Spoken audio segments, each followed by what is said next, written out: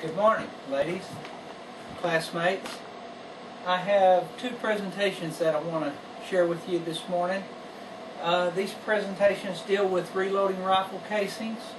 The first one we're going to talk about getting ready to reload, and then the second one we'll do a technical demonstration. It's about 25 steps to reload a rifle casing.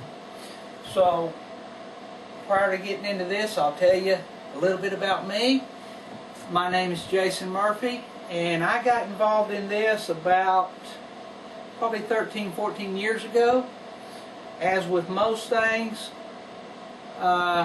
you get introduced to, you know, it might be a family, a friend, relative, neighbor,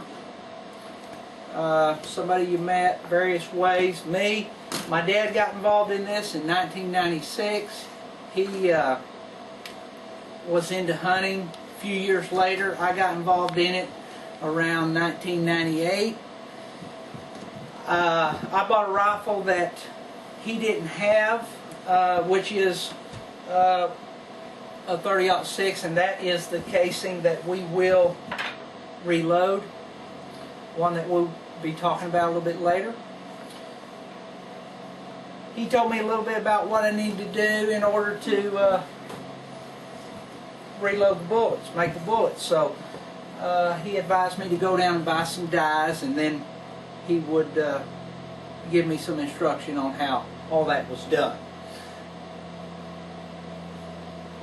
Even though I've done it for a few years, you know, I'm not a ballistic expert or anything of that nature. I do know the process to do it.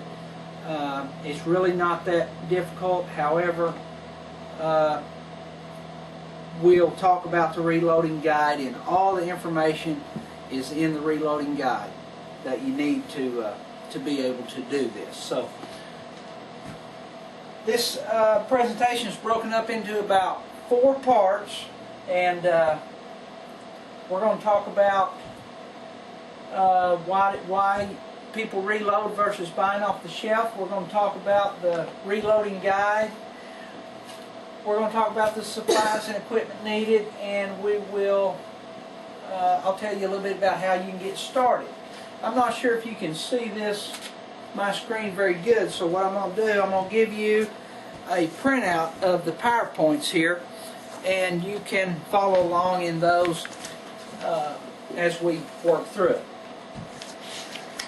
Okay, when you think about why do people reload versus, you know, you buy them off the shelf for a box of 20 for, say, I don't know, $22 to about $35 a box. That's a pretty good range. As with most things, different people do it, you know, for different reasons. Some people, it's a hobby for them. They get some self-satisfaction out of doing it. Some people, like myself, I tend to concentrate on the accuracy and the consistency of it. And then some people, like, you know, people are into competition shooting. So those that are into competition shooting, they shoot a large volume.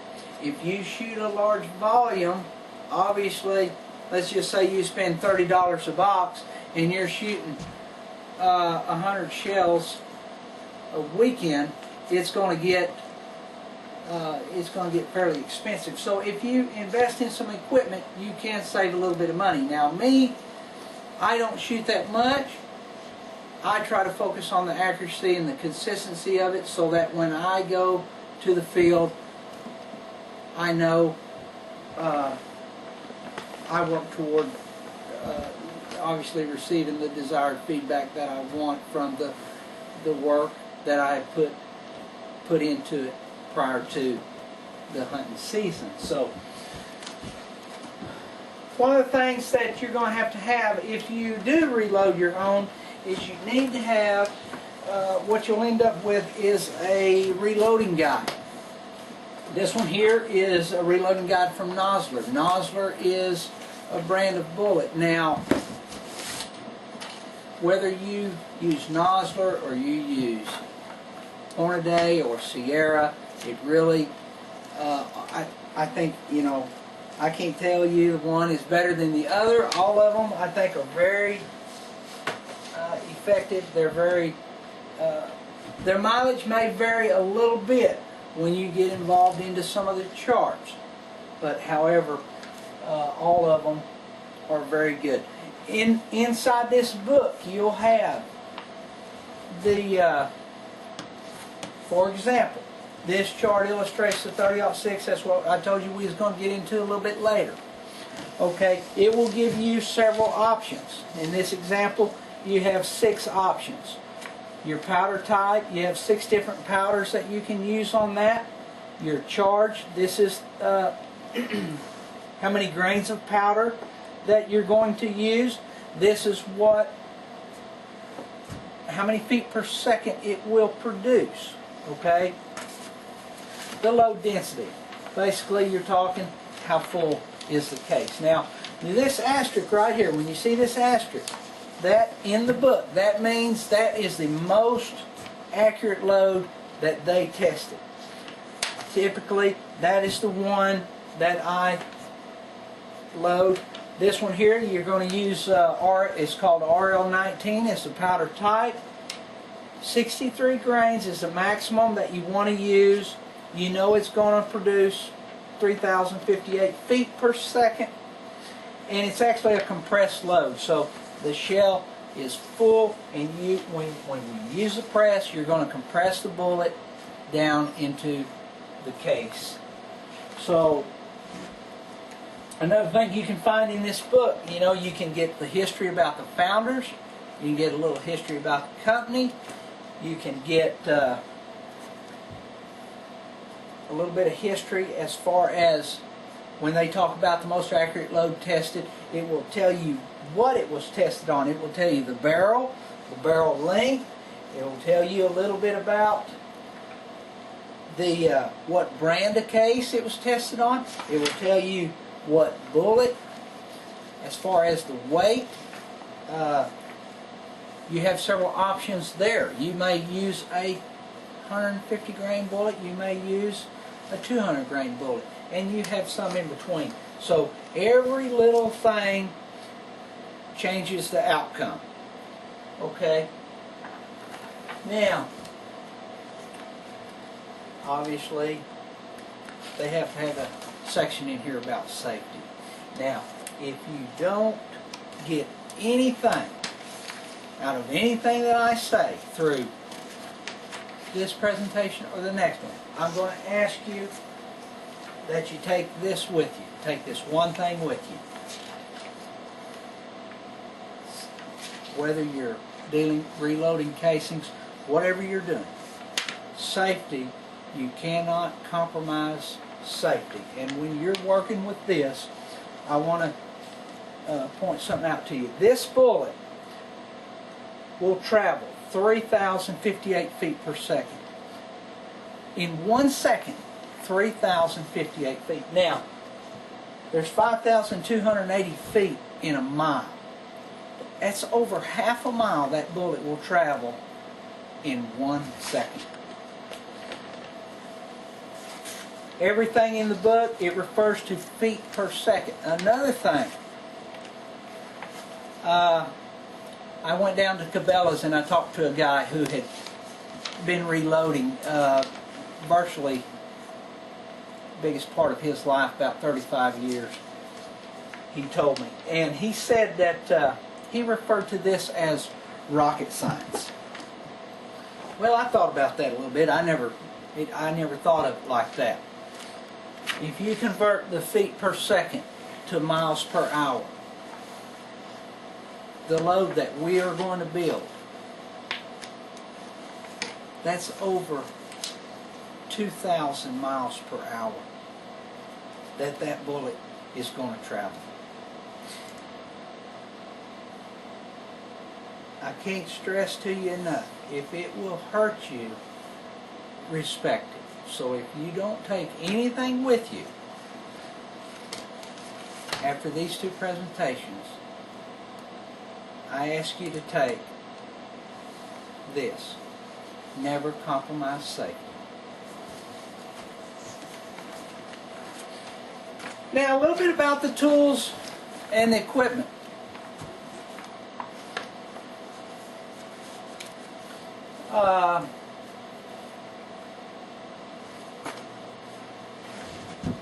Well, hang on, let me back up a minute. Prior to talking about the tools and the equipment, I want to show you this other chart. I told you that that had the ballistic chart. When the load that we're talking about, when we load that up, you have various ranges: 100, 200, 300, 4, 5, and 6. We talked about the velocity. The velocity is how fast the bullet's traveling. Okay, the energy is what the bullet produces at various yardages. Okay, so if you have, say you have your gun set on 200 yards, you have it sighted in at 200 yards, set on 0 at 200. If you have a target at 100 yards, the bullet is going to hit 1.5 inches higher. If you reach out to say 300 yards, again the gun set on 0 at 200, the bullet is going to drop 6.7 inches. So the further the bullet travels, the velocity trickles down. When it trickles down, you're going to have these effects on it. If you're set at 300 yards and you fire around the targets at 200 yards, it's going to be 4.5 inches high. So every setting, this is where they have, it's tried, tested, and proven in the lab. They have eliminated the human error. When a person is sitting down at a bench shooting a target, obviously you're going to have a little bit of human error when you do that. But in the lab, they've taken all that out, and it's an ironclad guarantee. This is the performance of the loads. All those charts are in your reloading guide. When you look at it here, if your gun is sighted at 200 yards, okay, you're here, you fire it, it's going to hit your target center at 200, just like I said before. If you do it at 100, it's going to result 1.5 inches high. If you do it at 300, it's going to be down here, 6.7 inches. So, depending upon how you have things set up in the field where you hunt, you want to keep the chart in mind. Because if you're anticipating, like me, I hunt deer, if you're anticipating a deer to come see you somewhere around 200 yards, that's where you know where your gun is set. He may show up out here at 300. If he does, you know you're going to have to compensate 6.7 inches. Or if he shows up here, you know you're going to have to work with 1.5 inches. Now, I know that may not sound very critical, but it can be, depending upon your circumstances. So you want to know the ballistics, you want to know what the performance of it is going to be.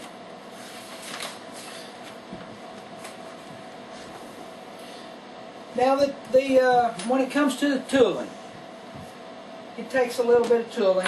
So typically what you do is, this here is a tumbler. What you'll do is you'll put your rifle casings inside there. Basically, you just take the lid off, you stack them around here, you have a little bit of media in here, that stuff cleans it. When you turn it on, all it does, it just vibrates and then it just cycles the shells. You want to clean the casing because you want to inspect them. You want to make sure they don't have any cracks. Like I left one laid out here. I don't know how well you can see it or not. This neck is real critical. If you have any cracks in this neck, now you're going to discard it. Or if you see any powder burns come outside the center of it here, then your primer is too loose, so you'll want to discard it. Obviously, you have a set of dies here. These dies are used in the press. They're used to seat the bullet. They're also used to remove your primer and resize your neck. The dies are used with your press. Your press has a case holding die. It just slides in there. You have several of those. Being that you have different caliber rifles, you have different case holders for those because of the casing comes in their various sizes. All the casings for the rifles are the same. The only difference is they're either sized up or down. The way you determine which die you need, you just look on the back here. It will tell you. In this example, like what I said we was going to do, we're going to work with the 30-06. It will tell you you use die number 2. Every die has a number stamped in it, and that is how you determine which die you're going to use, okay? Now you can see we got a die with the green lid and a die with the red lid. The red lid, it's the same thing. This tool is the tool used to install your primer. Okay, well, you need a die obviously to hold the case whenever you install that. So that's what the box with the here is for. Your powder dispenser, it dispenses your powder. Once you dispense your powder, you put it on your scale. You set your scale accordingly to what your numbers that you got out of your reloading guide. Whether you use this one or these, the main thing is if it says 60, you use 60. You don't put 62 in it. You do what it says. It's very important that you follow, again, that you follow the directions in the book. You dispense your powder, you're going to put it on the scale. When you get it on the scale, it's not going to be a perfect 63 grains. This here is a trickler. You'll put powder in the top, and we'll do that here in a little bit. When you turn it, a little bit of powder at a time will trickle out. While it's trickling out into your pan here, you'll see that scale move, and you can get it just right. Okay, prior to once you get it just right, you got a little funnel. We're going to use this funnel. You'll put that on top of the shell. You'll put the powder in there. This little box right here has a little bit of lubrication, and really you don't use much of this. So what you'll do, put a little bit of powder or lubrication in there, and you will clean the inside of that neck. That's what that's for. This is a dial indicator. It's used to measure the overall length. That's critical, because if that's off, then you cannot chamber it in the rifle. This tool here, once you remove the primer pocket, you just put that in there and clean the pocket. Okay? Now you have a little bit of supplies. You know, they tell you, the powder type, RL19, you're going to need the powder. You're going to need a few, this is the bullet that we're going to use. You're going to need a few bullets. You're going to need new primers in the back, okay? And obviously you're going to use the casing. So, one of the, when you want to get started, typically what you'll do, you can go to Cabela's or down to the Bass Pro Shop. They have, you can get with an associate down there. They have, in fact, they have starter kits. Matter of fact, as recent as this last Thursday, they sent an ad through the mail. This is a starter kit that you can purchase for about $240. One of the things with the tooling is, it's like anything. You can put virtually as much into it as you want to. They'll give you, or they won't give you anything, but you can buy it for $240.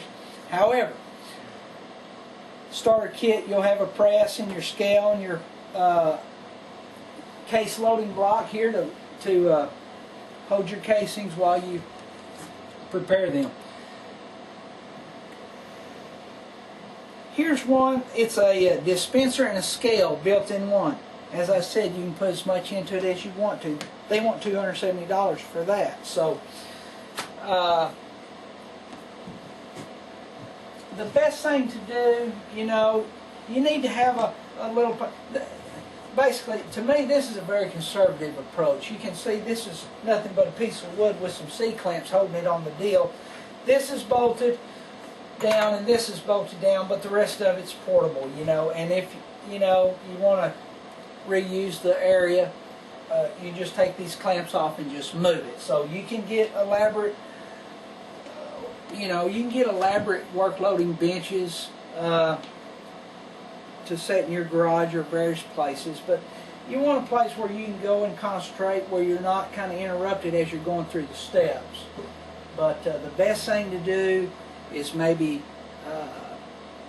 find somebody that's done it before that wants to share their experience with you. Find you a mentor, and that will help, because they, you know, obviously when you get started with anything, you know, you're probably going to make a few mistakes. So when you work through that, if you can find somebody that can help you, then that will save you a lot of frustration. Okay, now here in probably the next half hour, what we'll do, we'll take a 30-minute break. I'm going to clean this up. I'm going to get prepared to do that technical demonstration. I'm going to show you the 25 steps that we're going to go through to load this 30-06 casing.